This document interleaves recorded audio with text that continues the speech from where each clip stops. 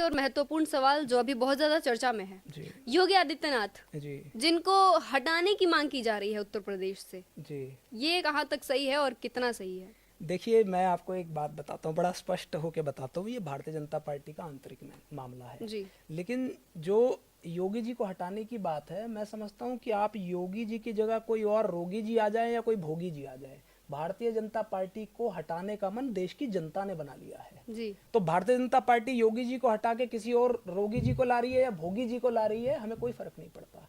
और उसका कारण क्या है कि प्रशासन के मामले में, इस प्रदेश को चलाने के मामले में पूरी तरीके से सरकार फेल हुई है।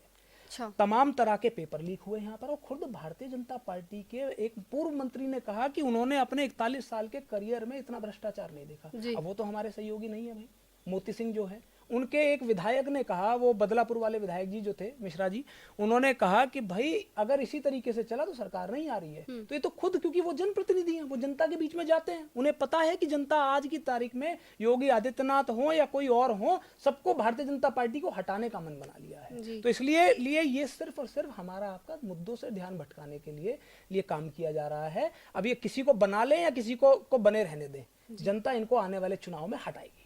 जी, तो अखिलेश यादव भी इसमें शामिल है। कहीं ना कहीं सुर्खियों में पढ़ा गया था कि अखिलेश यादव जी वहां के डिप्टी सीएम, यूपी के डिप्टी सीएम केशव प्रसाद मौर्य को भी ऑफर दे रहे हैं उनके पार्टी में, क्योंकि उनको सीएम बनना था बहुत पहले और ये सीएम बन नहीं पाए, तो अब ये चाहते हैं कि उनकी पार्टी में आके सीएम बना ले, ऑफर दे रहे हैं। तो अब देखिए, भारतीय जनता पार्टी अब पिछड़े और दलितों को कहाँ सीएम बनाएगी, और बनाएगी भी तो बिल्कुल आप ये मान के चलिए कि वो रबर स्टैंप के रूप में रहेंगे। केशव मौर्य जी को जब वोट चाहिए था तो उनके समाज को वो अपनी तरफ लाने के लिए उन्हें हेलीकॉप्टर दिया गया, उनको बड़ा नेता बनाया गया, प्रदेश अध्यक्ष थे। हम लोगों को भी लग रहा था कि भाई अगर जीते तो शायद केशव मौर्य जी को कुछ मिलेगा, लेकिन आप जानती हैं कि उनकी नेम प्लेट की वो तक नेम प्लेट तक हटा दी गई। उनको जब वो सभाओं में जाते थे तो औरों को कुर्सी मिलती थी, उनको स्टूल दिया जाता था, इतना अपमानित किया गया। अब यदि केशव प्रसाद मौर्य जी पिछड़े समाज से आते हैं और अखिलेश जी भी पिछड़े समाज से आते हैं और निश्चित तौर पर उनकी मदद करना चाहते हैं, तो क्या बुराई है भाई? उत्तर प्रदेश का मुख्यमंत्री यदि, क्योंकि आबादी में पिछड़े दलित मिला के 80% के आसपास बैठ जाते हैं, तो अगर मुख्यमंत्री बन जाए तो क्या परेशानी है? आप 100 लाइए, और वो तो अखिलेश जी इस पर बेहतर बता पाएंगे कि उन्होंने क्या आगे की स्ट्रैटेजी सोच रखी है, लेकिन कोई बुराई नहीं है, देखा जाएगा।